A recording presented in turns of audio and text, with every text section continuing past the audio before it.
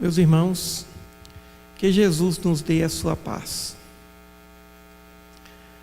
Analisando a vida de Jesus, verificamos que aparentemente as suas lições e ao mesmo tempo os seus exemplos fugiram totalmente à lógica humana.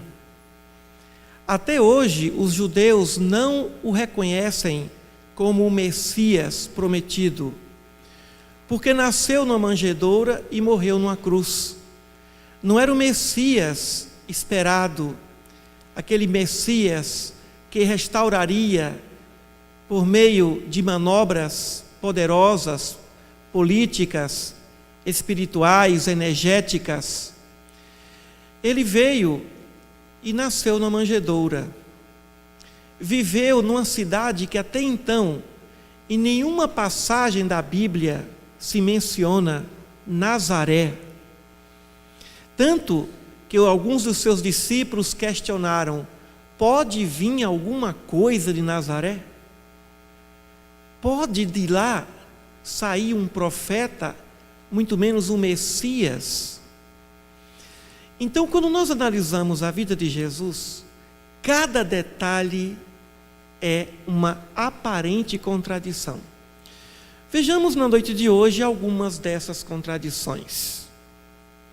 Aliás, toda a vida de Jesus, não há uma página que não seja uma nova tese, uma nova lógica, uma aparente contradição. Filho de um carpinteiro. Naquele tempo, o carpinteiro não era o homem que trabalhava com madeira, mas era um homem que trabalhava com construções. José era um construtor, era um pedreiro. Maria, sua mãe, era muito jovem. Portanto, o seu pai e a sua mãe não eram pessoas dotadas de cultura religiosa. O seu tio, sim, Zacarias, ele era o sacerdote de Jerusalém. Antes que Jesus nascesse, João Batista também foi anunciado pelo anjo Gabriel. João Batista foi concebido por uma mulher que não podia mais ter filhos, de avançada idade. E Maria teria um filho sem qualquer relação com homem. Tanto que Gabriel disse para a jovem Maria, quando ela questionou: e como será isso? Para Deus, tudo é possível. Foi a resposta de Gabriel. José, pela tradição judaica, deveria evitar aquele casamento, porque não se poderia conceber uma gravidez sem um vínculo carnal. Hoje nós sabemos, pela inseminação artificial, pela inseminação espiritual, sabemos que é possível, é materialmente e espiritualmente possível. Então a vinda de Jesus já começou assim, sem qualquer lógica humana. Depois, Jesus, aos 12 anos, estava no meio dos sacerdotes, em Jerusalém, cativando, respondendo às perguntas e fazendo discurso memorável. Isso impressionou os sacerdotes. Como poderia uma criança de 12 anos, que inteligência prodigiosa, falar das Escrituras com tanta propriedade, ao ponto de gerar uma perplexidade entre os doutores da lei? Então, aos 12 anos, ele saiu também da lógica humana. Depois ele reaparece às margens do Rio Jordão. E lá o seu primo falava a respeito do arrependimento, da chegada do Messias, da força da verdade. E eis que ele, João Batista, que batizava a todos à margem do Rio Jordão, se negou à condição de batizar o seu primo, a quem reconhecia ser superior. E aí, mais uma vez, Jesus desloca a concepção lógica de João. Porque João afirmava: eu que tenho que ser batizado por ti, eu não sou digno de atar as tuas sandálias. E Jesus busca uma outra lógica: façamos assim para que se cumpra as profecias. Então aquele que não precisava ser batizado se submeteu ao batismo, ou seja, aquela prática de João, que na verdade era uma forma de chamar a atenção dos seus discípulos para uma renovação interior. Tanto que Jesus mesmo nunca batizou, mas alguns discípulos de João continuavam o processo do batismo junto às águas para cativar aqueles que necessitavam de uma coisa física para entender uma coisa espiritual, a mensagem eterna. Então, quando se pensava que ele deveria ser batizado por João, ele joga uma outra lógica e João é forçado a mergulhá-lo às margens do Rio Jordão. E depois ele sai dali e outros acontecimentos também ocorrem nas bodas de Caná. O que teria Jesus em termos de compromisso quando faltava vinho?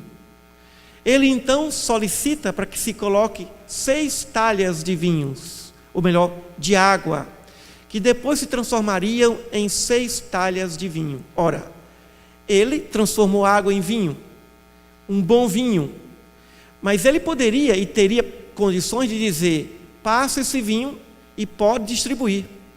Mas ele disse diferente: passa esse vinho, esse cálice, para o chefe do cerimonial, para que ele possa verificar e depois autorizar a distribuição do vinho. Meus irmãos, qualquer um de nós aqui que formos transformar água em vinho, alguém vai pedir autorização a quem quer que seja para saber se o vinho está bom ou não? Não tinha vinho, a festa ia ficar numa condição vexatória. E agora vem ou seja, uma outra lógica. Embora ele tivesse o poder divino de manipular as moléculas, ele tinha que submeter à ordem material daquele que organizava a festa. Passa para ele, porque se ele autorizar, então isso poderá ser distribuído. E depois o chefe do cerimonial percebe que não tinha lógica. Como pode o bom vinho ser servido agora, já no final da festa? O bom vinho tem que ser servido primeiro, e o vinho de segunda qualidade a posteriori, porque aí ninguém vai perceber a diferença do primeiro ou do segundo vinho de qualidade.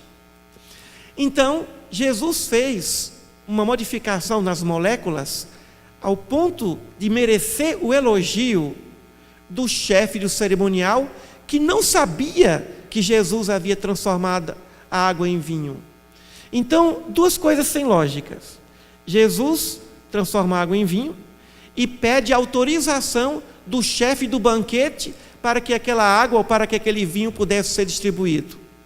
E depois, uma outra falta de lógica: ele não fez qualquer vinho, talvez o mais saboroso vinho que já existiu na terra, o que foi fabricado por Jesus. E ele continua na sua lógica divina, e nós, surpresos com a nossa falta de compreensão e de sabedoria. A lei de Moisés dizia que se uma mulher ou um homem fossem pego em adultério, o homem sofreria sanções e a mulher pagaria com a própria vida. Jesus assombrou a humanidade porque depois dele a mulher passou a ser mais valorizada, ou plenamente valorizada. Jesus entre as mulheres. Na cruz existiam mais mulheres do que homens. Aliás, o único homem, João, o evangelista. E ali, aos pés da cruz, soldados e as mulheres que seguiam Jesus. Após a crucificação, quando ele ressurgiu, quando se pensava que ele poderia reaparecer para algum discípulo, ele escolheu Maria de Magdala, ou Maria Madalena, para dar a boa notícia de que ele estava vivo, surpreendendo a lógica de Tomé, surpreendendo a lógica de Pedro, surpreendendo a lógica ou as lógicas de todos os seus discípulos. Então a mulher foi pega em adultério, e Jesus teria que não discordar da lei de Moisés. E ele foge de toda a lógica.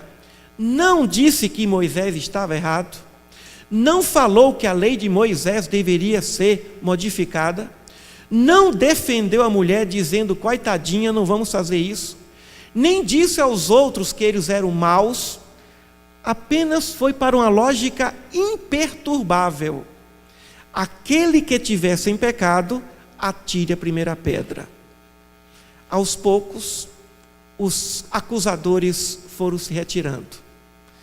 E depois ele pergunta à mulher, mulher, onde estão aqueles teus acusadores?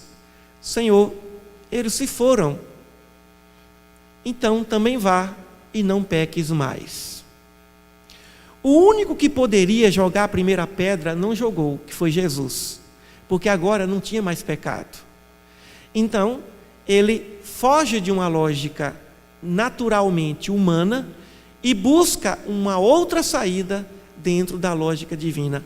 Não existe uma passagem do Evangelho que não extrapole a expectativa à lógica humana. Mas prossigamos.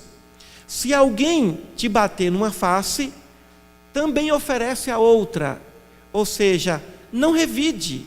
A outra significa a face do esquecimento, a face do perdão. Existiria uma coisa sem nenhuma lógica como amar inimigo? Amar inimigo o amor ao inimigo foi a grande tese de Jesus. Foi algo que ninguém nunca disse antes. Nem Confúcio, que disse que nós deveríamos tratar aos outros como gostaríamos que os outros nos tratassem, nem Sócrates, que falou dessa mesma forma, nem Pitágoras, ninguém antes dele falou em amor ao inimigo, extrapolando toda a lógica. Não perdoar apenas 70 vezes, ou 7 vezes, mas 70 vezes 7 vezes, também não tem lógica. Se alguém te forçar a andar uma milha, vai com ele mais outra milha. Ora, se alguém nos forçar a fazer alguma coisa, o que a gente diz? Não vou não, não vem não. Não, então vamos, mas vamos juntos.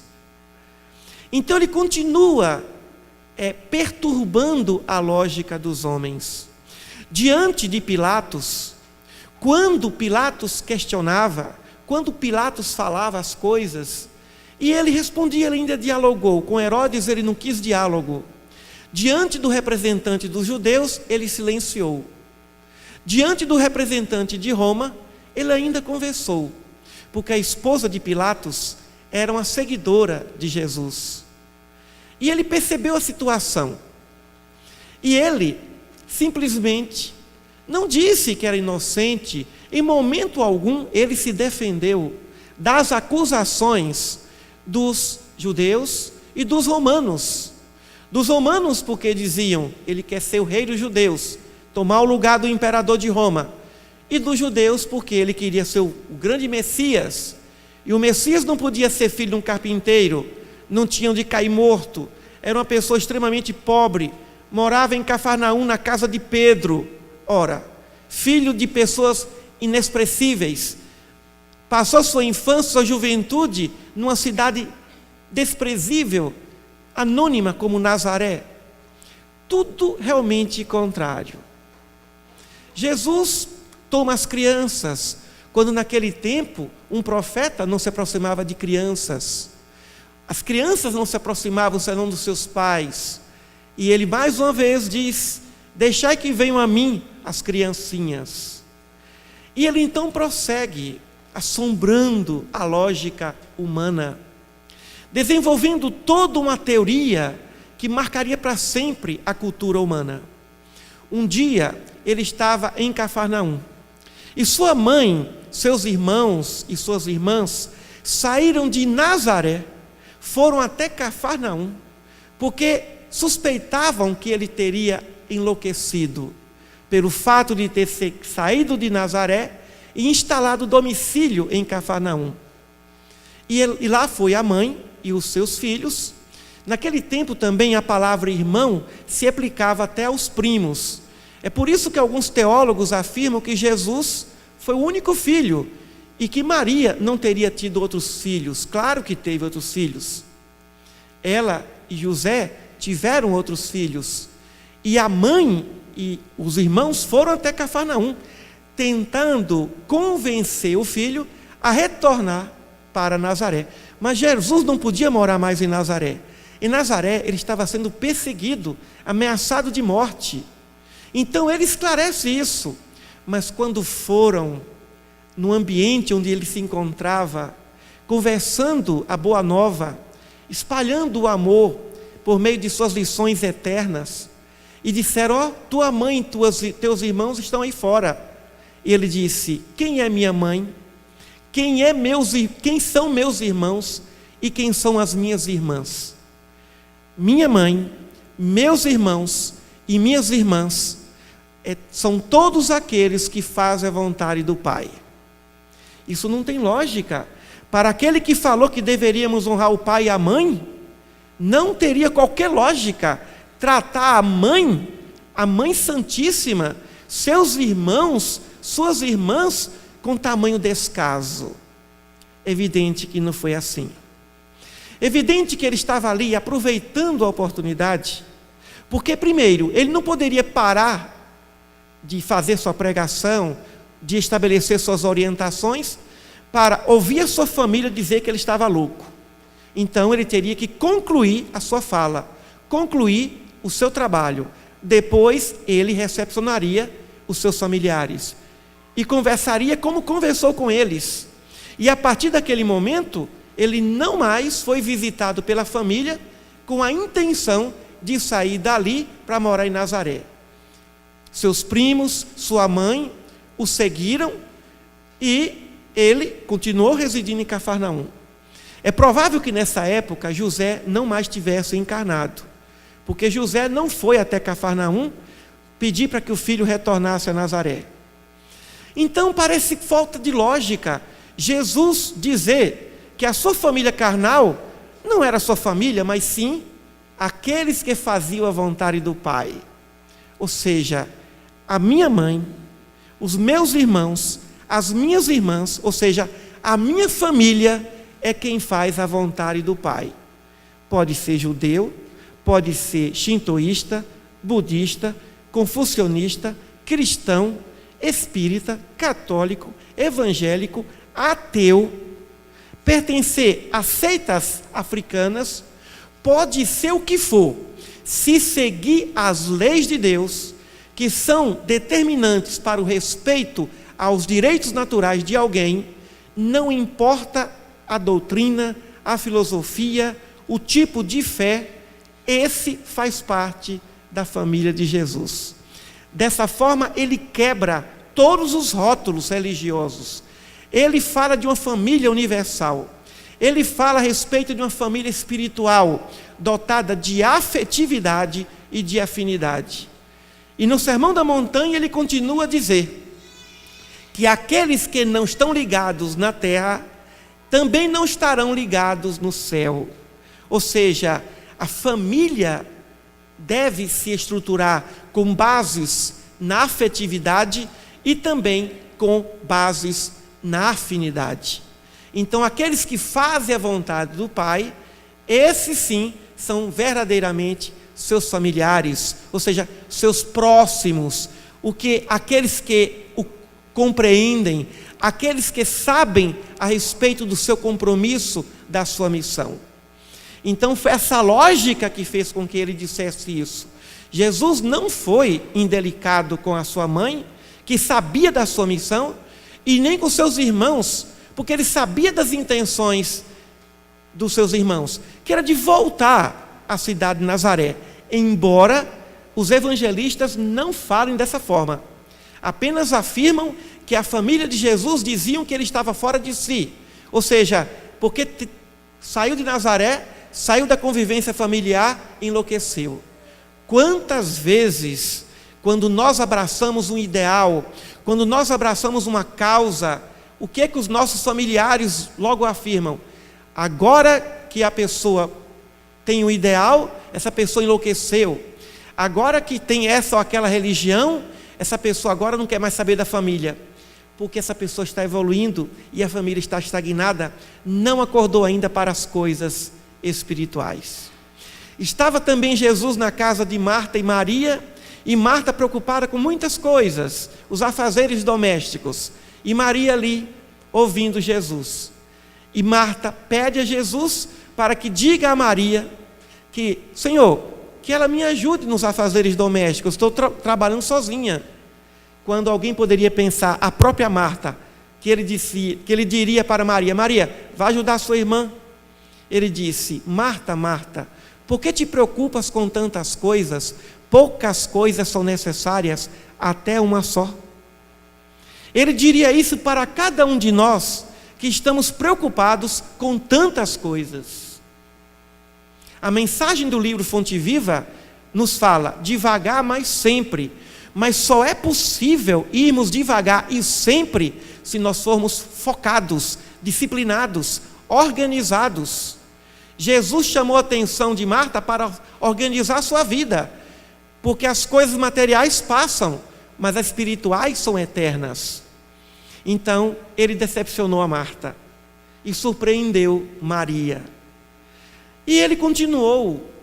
Em momento algum, Jesus negou os pedidos que lhes foram feitos. Quantas pessoas ele curou? Um dia, depois do seu sermão, depois da sua fala, ele sentiu compaixão. A virtude que mais me emociona na vida de Jesus é a sua compaixão, a capacidade de ter piedade para com as pessoas. É o mais profundo e o mais belo amor. Então ele sentiu, o evangelista conta, ele sentiu compaixão por aquelas pessoas, porque as pessoas estavam com fome. E surpreendentemente, transformou alguns pedaços de pães e alguns poucos peixes em milhares de peixes e de pães, ao ponto de sobrar, ou seja, sobrar uma quantidade imensa de pães e de peixes. Ele sabia manipular as moléculas da natureza, uma capacidade impressionante. Era um ser divino, dotado de mediunidade, de capacidade fluídica, de materialização como ninguém. Sabia que ao pescar um peixe, do peixe ali teria uma moeda para pagar um imposto. Quando chegaram, eles disseram, Senhor, nós temos que pagar esses impostos de Roma, impostos injustos, impostos que tiram da mesa dos nossos filhos o pão das nossas filhas. E ele surpreende os judeus. Me traga aí uma moeda. E apresentaram-lhe um denário. De quem é essa imagem? De César. Então, que beleza. Dai a César o que é de César, e a Deus o que é de Deus. Então ali ele estabeleceu que muitas vezes, ainda que a lei seja injusta, nós temos que nos submeter, como falava Sócrates. Mas é evidente que tudo tem um limite, porque as leis de Moisés proibiam que qualquer pessoa fizesse qualquer coisa no sábado. E ele também feriu a lógica de guardar o dia de sábado, curando pessoas nos dias de sábados. E ele vem com outra lógica dizendo, ora, qual é o fazendeiro, qual é o pastor, vendo sua ovelha caindo no buraco, porque é sábado, não vai retirar essa ovelha? Então, ele buscava saídas para determinar o bom senso. A lógica de Deus é o bom senso, é o equilíbrio, é o caminho do meio, como já dizia Buda, é o caminho da sensatez. Então, não vamos curar, não vamos ajudar porque é sábado. e ele conviveu com essa lógica. Meus irmãos, estamos em pleno século XX, vivenciando ainda barbaridades, ainda no meio de tanta capacidade de compreensão e de sabedoria do homem, nós nos pegamos praticando atos de barbárie, fora de lógica. Imaginemos então Jesus, esse ser tão superior, o homem mais evoluído, mais inteligente, mais puro, que já pisou nesse planeta, convivendo há 2000 anos, quando não existia luz elétrica, não existia Facebook, não existia internet, não existia celular, não existia telefone, não existia nada, e convivendo com pessoas de uma mentalidade atávica, de uma mentalidade atroz, quase que cruéis. Como foi difícil para esse ser humano, ou para esse espírito, conviver com pessoas, além da lógica inferior, mas tão atrasadas. Até mesmo o doutor Nicodemos chegou até ele e falou: Senhor, o que é preciso para que eu possa evoluir, para que eu possa ser perfeito, para que eu possa conquistar a vida eterna? Nicodemos, é preciso nascer de novo. Mas como é que eu vou entrar no ventre da minha mãe? Nicodemos, se eu estou falando das coisas da terra, e você não entende, como é que você vai entender as coisas do céu? Nicodemos era um doutor, era um homem sábio, era um homem de alto nível intelectual e moral, mas não podia compreender a reencarnação. Então, até hoje as pessoas, quantas pessoas não aceitam a reencarnação? Se naquele tempo um doutor da lei não entendia, um homem humilde, um homem sábio como era Nicodemos, não podia entender uma lógica dessa. Mas é como diz Allan Kardec, na leitura de Sede Perfeitos da mensagem de hoje: para entender certas verdades, é preciso ter amadurecimento do senso moral. É por isso que nem todo mundo está apto para compreender a doutrina espírita. Quando alguém pergunta por que nós temos tão poucos centros espíritas e muito mais templos ou casas de outras religiões, é muito fácil responder a essa pergunta. Pelas mesmas razões que temos menos faculdades e universidades e mais escolas de ensino fundamental e mais escolas de ensino médio. Porque a doutrina espírita é a universidade do espírito. O centro espírita é uma escola superior de conhecimento doutrinário, filosófico, científico e religioso de alto nível. É o Consolador prometido por Jesus. E tem gente que não aceita isso. E tem gente que acha que Jesus vai voltar. Jesus já veio, já voltou. Voltou no século XIX, com o nome de Espírito de Verdade. E esse pensamento foi organizado por um homem que ontem, dia 3 de outubro, data de aniversário do seu nascimento, Allan Kardec, um homem simples, que morava no kitnet em Paris, um homem que vivia pela contabilidade, era um escritor, não foi professor de universidade, não teve doutorado nem mestrado, era um homem simples, mas vindo de um homem simples, a organização de ensinamentos superiores. Como se pode entender isso? É por isso que tem gente que não aceita a doutrina espírita. Porque Kardec não foi um nobre, porque Kardec não foi um doutor filosófico, mas nem mesmo Rousseau, nem mesmo Pestalozzi, seu professor, nenhum filósofo europeu, nenhum educador europeu, nenhum santo, nenhum gênio foi mais lido do que Kardec. As obras kardecianas são lidas e vendidas aos milhões, milhões e milhões. Nenhuma obra, nem mesmo do Victor Hugo, nenhuma obra, nem mesmo do Freud, nenhum francês vendeu mais livro que Kardec no mundo inteiro.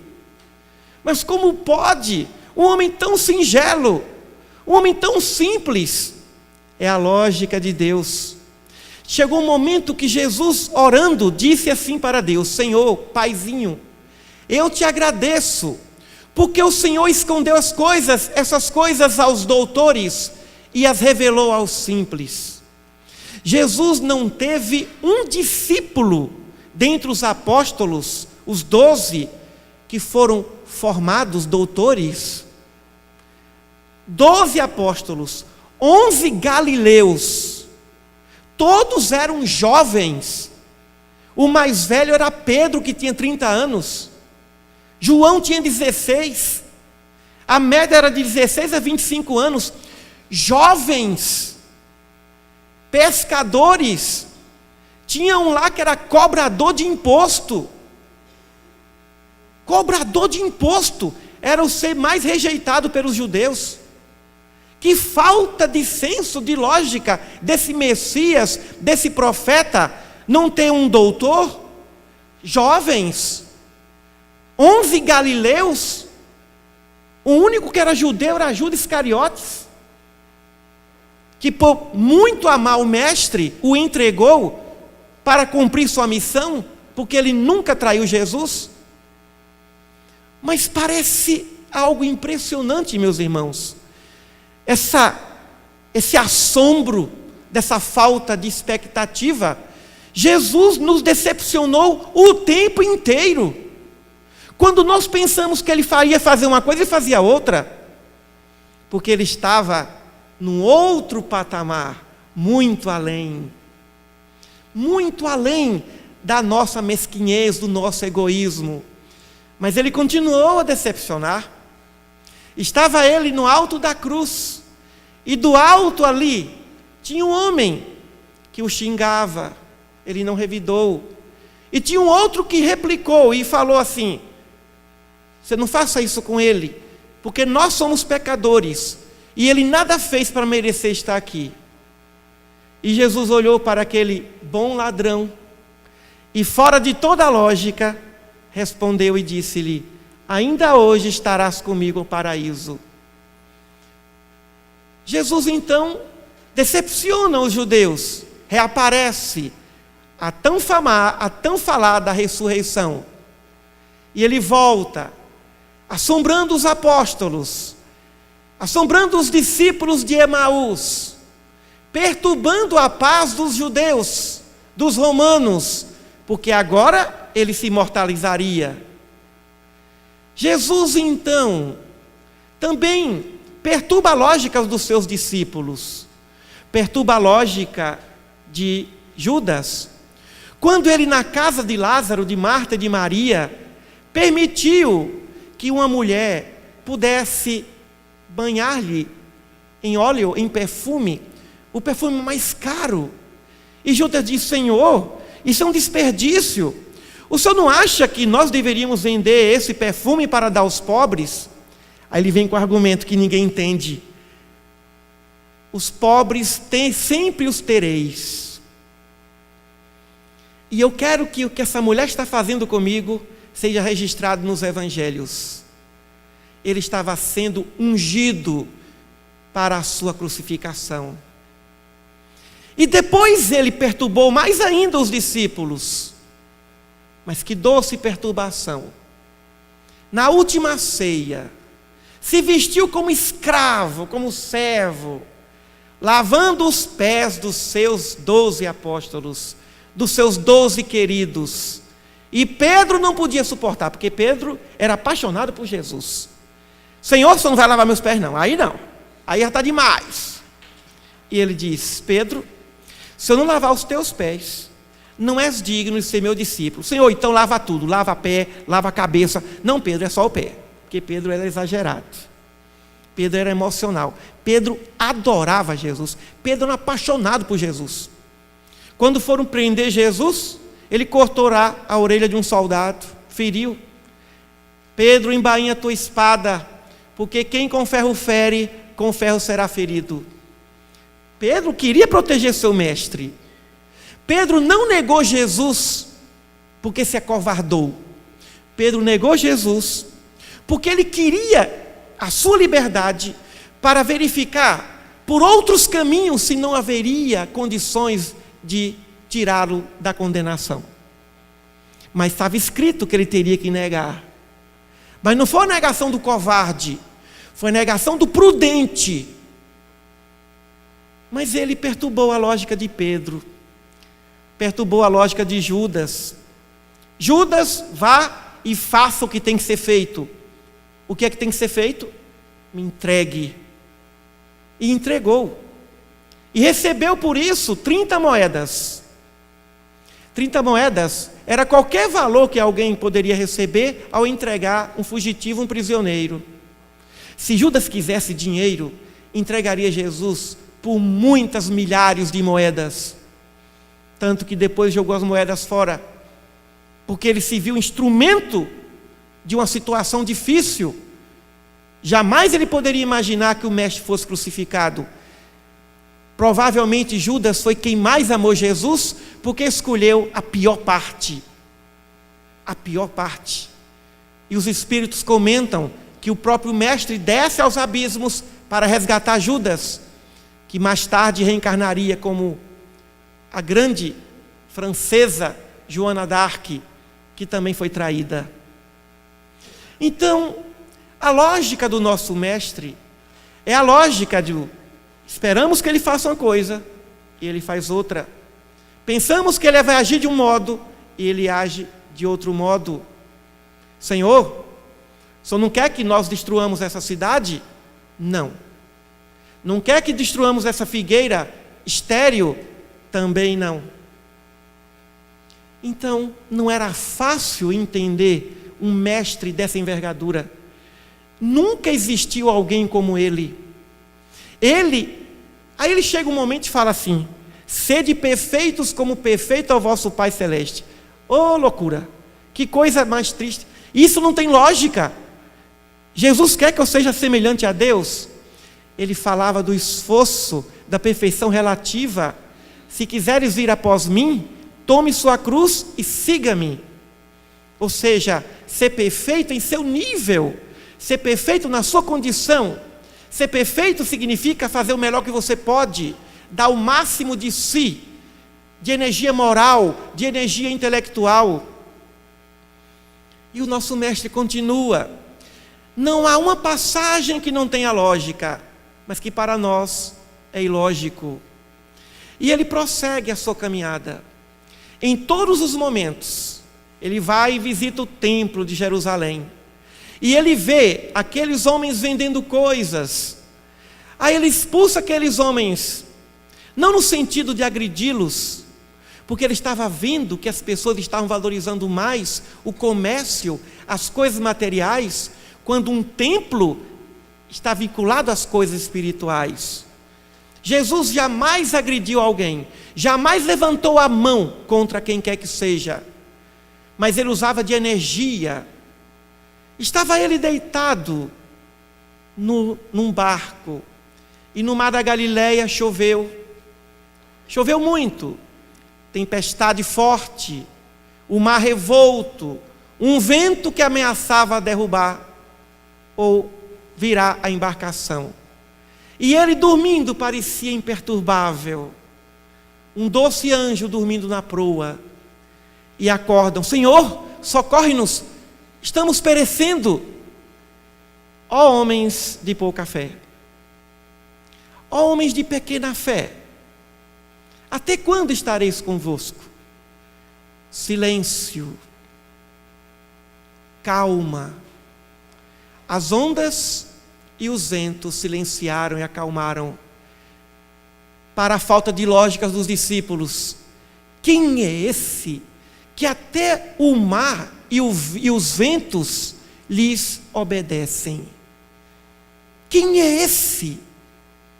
Que homem é esse que conhece a vida da mulher samaritana, da Samaria, que enaltece gesto de samaritano em suas parábolas, que enaltece gesto de publicano orando no templo, diante de um fariseu, diante de um homem religioso? Quem é esse que valoriza quem não é religioso? Como se não bastasse, valorizou um homem que era um centurião de Roma. Um dia ele chega a Cafarnaum e uma comitiva de anciãos judeus entrega-lhe uma carta e lê a carta para Jesus. Era a carta de um centurião, de um homem que comandava uma centúria, ou seja, 100 homens. Era um homem empregado do exército imperial romano, solicitando aquele grande profeta que curasse o seu servo. E Jesus disse: não, eu vou até a casa dele. A humildade de Jesus. Naquele tempo, meus irmãos, judeu não entrava na casa de romano para não se contaminar. Então ele queria ferir o costume judaico, ferir a lógica da cultura da época. E aí eles dizem: não, Senhor. Ele diz que não é digno que o Senhor entre na casa dele. Mas uma única palavra é suficiente para curar o seu servo. E Jesus continuou a ouvir. E os anciãos lendo a carta. Porque eu sou um soldado e comandante, e eu digo para os meus tutelados, os meus emissários: vá para lá ou para cá, e eles me obedecem. Então, da mesma forma, os teus emissários, os teus soldados, ó general divino, também terão de te obedecer. Esse homem era um homem generoso, era um homem bom, ajudou a construir, um romano ajudou a construir a sinagoga de Cafarnaum. Parece que as pessoas que Deus mais ama são pessoas que estão a todo instante contrariando a expectativa humana, da lógica egóica humana. Os judeus amavam esse centurião. E Jesus fala com muita propriedade: nem em Israel eu encontrei um homem com tamanha fé.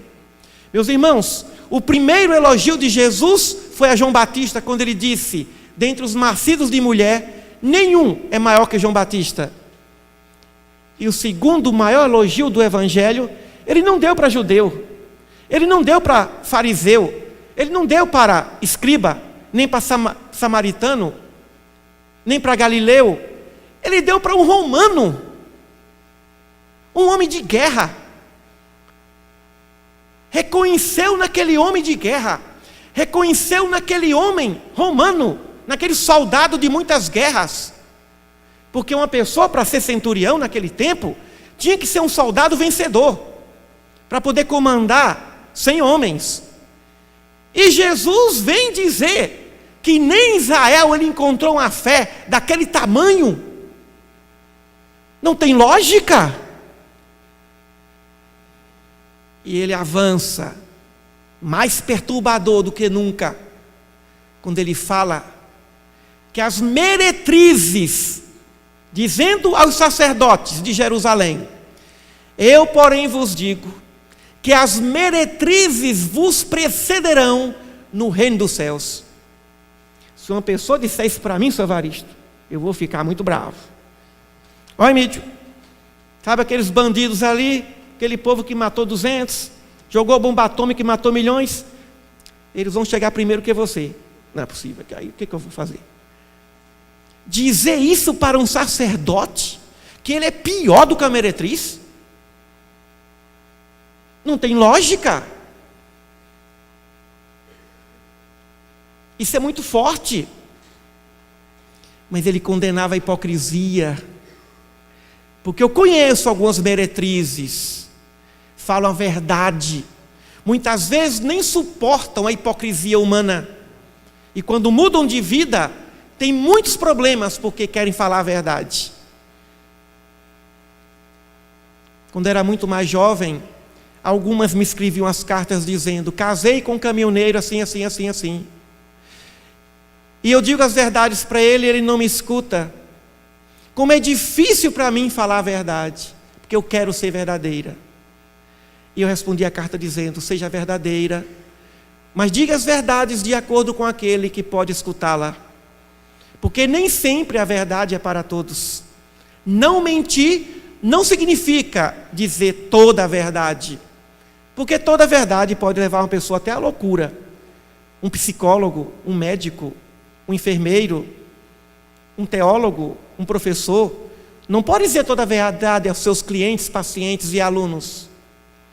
Não podemos dizer toda a verdade, porque o outro pode não suportar, mas não mentir. E Jesus continua: seja o vosso falar sim, sim, não, não. Não tem meio termo. Desafiando a lógica humana, desafiando o pensamento humano. Desse modo, meus irmãos, precisamos refletir a respeito da nossa conduta. Ouçamos a voz da consciência, ou as vozes da nossa consciência, porque é pela consciência que Deus planta, semeia suas lógicas. Ainda que o mundo nos aplauda, ainda que recebamos todas as honrarias do mundo, se a nossa consciência nos culpa, vamos seguir a consciência. Minha culpa, minha grande culpa. Mas se o mundo ultrajar, se as pedras vierem, as críticas, as perseguições, mas se a sua consciência ou a minha disserem assim: você está certa, você está certo, prossiga. Porque é melhor ouvir a consciência do que ouvir as vozes que se enganam. Jesus não veio para fazer a sua vontade, mas a vontade daquele que o enviou. Então ele veio à terra para nos solicitar a perfeição, para que pudéssemos ser perfeitos no nosso nível. Mas não nos assustemos quando nós assustarmos, quando nós perturbarmos a paz ou a lógica de alguém, porque nós estaremos com Jesus, e esse alguém um dia também estará. Muita paz.